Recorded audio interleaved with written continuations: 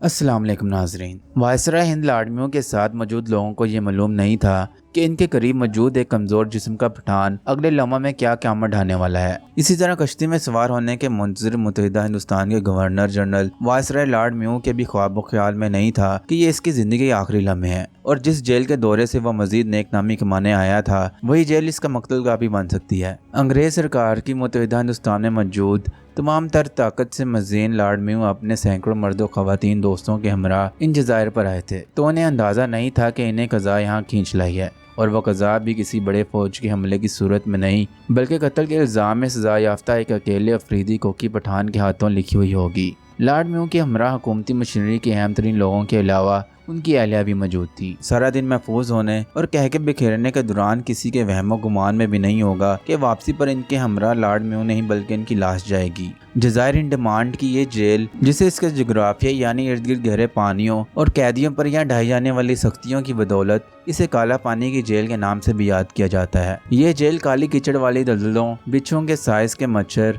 अजीब व गरीब किस्म के बेशुमार इकसाम के जहरीले कीड़े मकोड़ों और छिपकलियों की भरमार से भरी पड़ी थी, जहाँ जिंदगी सीसक सीसक और मौत की दुआएं मांगती थी। 8 फरवरी 1872 को इस सजा याफ्ता पठान शेर अली खान के हाथों वायसराय हिंद के इस कत्ल ने हिंदुस्तान में बरतानवी सरकार को बुरी तरह हिला कर रख दिया था। शेर अली खान अफरीदी, जो यूं तो इस वक्त के खैबर एजेंसी और मौजूदा जिला खैबर में खूबसूरत पहाड़ी इलाके 13 से ताल्लुक रखता था, लेकिन वो पेशावर में कमिश्नर के पास मुलाजिम था और इससे पहले वो अंग्रेज सरकार का एक वफादार फौजी और खास घुड़सवार दस्ते का हिस्सा था, जिसे इसकी खिदमात और कारकर्दगी की बदौलत एक घोड़ा, एक पिस्तौल और एक सर्टिफिकेट भी इनाम में मिला था, जो इस वक्त के अच्छे खासे इजाज़ात में शुमार किए जाते थे। शेर अली के ख़ानदान में एक मुस्तकिल तनाज़ा की बदौलत खुद रिश्तेदारों में से एक दूसरे को कत्ल करना इनका मामूल था और इसी मामूल के मुताबिक एक दिन अपने दफ्तर से चंद कदम के फासले पर मार रोड पर कंपनी बाग के करीब इसका सामना अपने एक ऐसे रिश्तेदार यानी दुश्मन खानदान के फर्ज से हुआ और कहते हैं कि वो शेर अली के हाथों कत्ल हो गया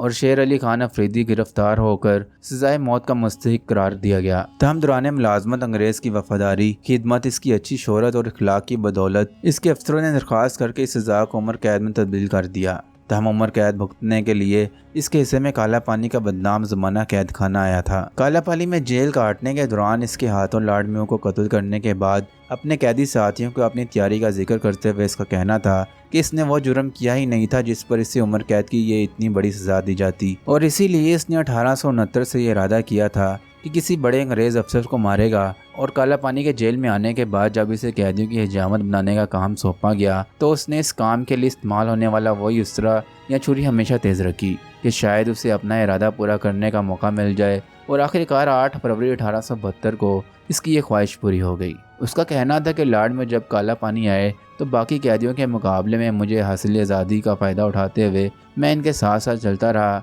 लेकिन मौका नहीं मिला और आखिर में गाड़ी की आड़ में छुप गया और यहाँ मेरी ख्वाहिश पूरी हो गई। ये किताब तवारीख अजीबा अहले हदीस मकतबा फ़िक्र के रहनुमा मौलाना मोहम्मद जाफ़र थानसरी की खुद नोश्त है। वो इस कत्ल के वक्त खुद इस जेल में कैद थे और अपने इस किताब में इन्होंने शेर अली खान के हाथों लाडमियों के कत्ल के इस वक्त के हालात लिखे हैं। उन जज़ायर के बारे में करीबन तमाम मकामात पर एक ही जैसी तफसील दी गई है, जिसके तहत करीबन ये 1000 जज़ायर खलीज बंगाल में कलकत्ता से 600 मील की मुसाफत पर वाक़िया है। ये सब जज़ायर पहाड़ी हैं और इनमें बहुत कम हमवार ज़मीन पर है। इन जज़ायर के बारे में मौलाना जाफ़र अपनी किताब में लिखते हैं कि मुझे जब काला पानी में लाया गया तो मैंने यहाँ देखा कि यहाँ पर 1857 की जंगी ज़ादी की बदौलत बहुत से राजे, नवाब, ज़मींदार, मौलवी, मुफ्ती, डिप्टी कलेक्टर सब पहले से यहाँ पर कैद थे। कई किताबों की तहरीर करने वाले फ़िरोज़ खान अफरीदी भी शेर अली खान अफरीदी के बारे में अपने एक तहकीकी मजमून में लिखते हैं कि काला पानी के इन जज़ायर पर तहरीक खिलाफत और दूसरे दीनी उलमा मुजाहिदीन के बहुत सारे काबरीन भी कैद रखे जाते थे। ये कैदी अपनी पूरी ज़िंदगी अंग्रेज़ों की कैद में सख्त मेहनत मजदूरी करते हुए गुजारते थे। कैदी और इनके मुहाफ़िज़ीन रखवालों के अलावा किसी और को इन जजीरों पर आने की इजाज़त नहीं थी। कभी कभार अगर खुशकिस्मती से किसी कैदी की रिहाई होती तो इनके तौर से मुकामी और महदूद मीडिया में खबर आ जाती कि वहाँ के कैदियों के साथ क्या सलूक किया जाता है। डॉक्टर हेलेन जेम्स लिखती हैं कि लाडमियों और इसकी बीवी इस सफ़र पर अपने दोस्तों की बड़ी तादाद के हमरा स्कॉटलैंड के शहर ग्लासगो से 24 जनवरी को रवाना हुए और 28 जनवरी को रंगून पहुंचे, जहां पर रास्ते में इनके तरीके इस्तकबाल होते रहे। इस दौरान लाडमियों अपने दोस्तों के साथ सैर व तफरीह के अलावा इंडिया के मुख्तलिफ वसूल से मसूल होने वाली डाक को भी पढ़ता था ताकि इसकी अदम मौजूदगी में इंडिया में होने वाली किसी बगावत के लिए वो तैयार रहे। لاڈ میوں نے سارا دن یہاں پر مختلف مقامات کے دورے کیے اور شام کے وقت اچانک ان کے دل میں آئی کہ ماؤنٹ ہیرڈ کی پہاڑی کو بھی دیکھا جائے۔ وقت نامناسب جان کر چیف کمشنر نے انہیں بہت روکا لیکن وہ نہ مانے۔ یہی وہ مقام تھا جہاں سے شیر علی خان چھری لیے ہوئے لاڈ میوں کے ساتھ ہو لیا۔ شیر علی خان کے بارے میں بتایا جاتا ہے کہ وہ اپنے پاس موجود چھری کو تیز کیے ہوئے کسی بڑے افسر کو مارنے کے لیے بے چین تھا، لیکن اسے کہیں کوئی موقع نہ مل سکا۔ اس دوران لاڈ میوں پہاڑی پر پہنچ گئے، وہاں پر غروب آفتاب کا نظارہ کیا اور اس کے سحر میں ایسے کھو گئے کہ اندھیرا گہرا ہو جانے کے بعد انہیں واپس جانے کا خیال آیا۔ ان کے چاروں طرف پولیس کا مسلح پہرا تھا، جبکہ افسروں کی بڑی تعداد بھی لاڈ کے ارد گرد موجود تھی۔ اس دوران لاڈ میوں گھاٹ کے قریب کھڑی ہوئی گاڑی کے نزدیک پہنچے تو اچانک یہاں اس پر شیر علی خان نے پیچھے کی طرف سے حملہ ہو کر ان پر وار کیے، جس سے لاڈ میوں لڑکھڑا کر سمندر میں گر گئے۔ اس دوران گڑبڑ کی وجہ سے تمام برادروں کے ہاتھوں سے مشلیں گر کر گل ہو گئیں۔ ایک قیدی نے آگے بڑھ کر شیر علی خان کو قابو کر لیا، جبکہ لاڈ میوں کو سمندر سے نکال کر گاڑی پر لٹایا گیا، جو مشکل سے چند باتیں کرنے کے بعد ہی ہلاک ہو گئے۔ لاڈ میوں کے نام پر لاہور کا میوں اسپتال میوں کالج آف آرٹس ہے، جو اب نیشنل کالج آف آرٹس کہلاتا ہے۔ وائسرائے کو 1869 میں جیلوں سے قیدیوں کی مشکلات کی خبریں ملی تو اس نے بعض ایسے فیصلے کیے جس سے وہ قیدیوں سمیت عام لوگوں میں بھی بہت مشہور ہوا تھا۔ قیدیوں کو یہ فائدے 1871 میں دیے گئے تھے۔ وائسرائے خود انڈیمان کے جزیرے پر قائم جیل کا دورہ کرنے کا خواہش مند تھا۔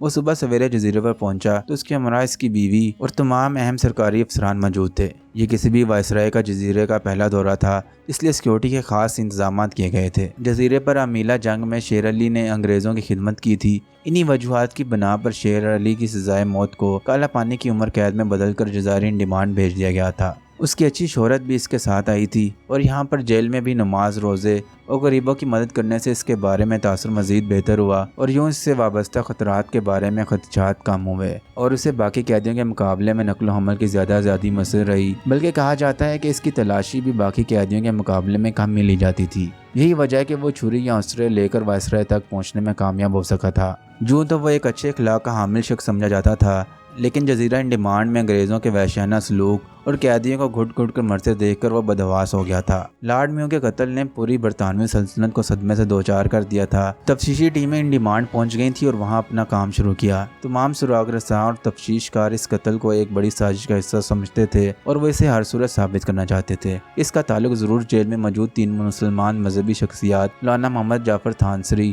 یحییٰ علی اور مولوی احمد اللہ سے ہو سکتا ہے۔ یہ تینوں مذہبی شخصیات 1857 کی جنگ آزادی سے پہلے سے ہی پٹنہ اور دہلی میں مساجد میں تقریر کے ذریعے مسلمانوں کو انگریز مخالفت جذبات ابھارنے کے الزامات کے تحت قید تھے، اور اسی لیے انگریز سرکار کو اس بات کا پکا یقین ہو چکا تھا کہ ہو نہ ہو ان تینوں نے شیر علی خان کو وائسرائے کے قتل پر آمادہ کیا ہوگا۔ ڈاکٹر ہیلن جیمز اپنی کتاب میں لکھتی ہیں کہ بہت سے تجربہ کار تفتیشی افسران کو کسی نہ کسی طرح شیر علی افریدی کی مجاہدین کے رہنماؤں سے کوئی ایک لنک تلاش کرنے کے لیے مقرر کیا گیا تھا، تاہم ان میں سے کوئی بھی شیر علی افریدی اور ان 3 مسلمان رہنماؤں کے بیچ کوئی ربط تلاش نہ کر سکے۔ وہ مزید لکھتی ہیں کہ شیر علی خان افریدی کے ہاتھوں وائسرائے کے قتل سے کچھ ماہ پہلے کلکتہ میں 20 ستمبر کو ایک وہابی مسلمان کے ہاتھوں قائم مقام چیف جسٹس جان نارمن کے قتل کے بعد یہ توقع کی جا رہی تھی کہ دوبارہ ایسے کسی واقعے کا راستہ روکنے کے لیے حکومت نے ضرور سیکورٹی کو مضبوط کیا ہوگا، اور خصوصاً ایسے حالات میں جب پورے ہندوستان میں مغربی وہابی جہادی رہنماؤں کے خلاف مقدمہ چل رہے تھے اور وہ لوگوں کو انگریز کے خلاف بغاوت پر آمادہ کر رہے تھے۔ شیر علی افریدی نے پیشیوں کے دوران عدالت کو بتایا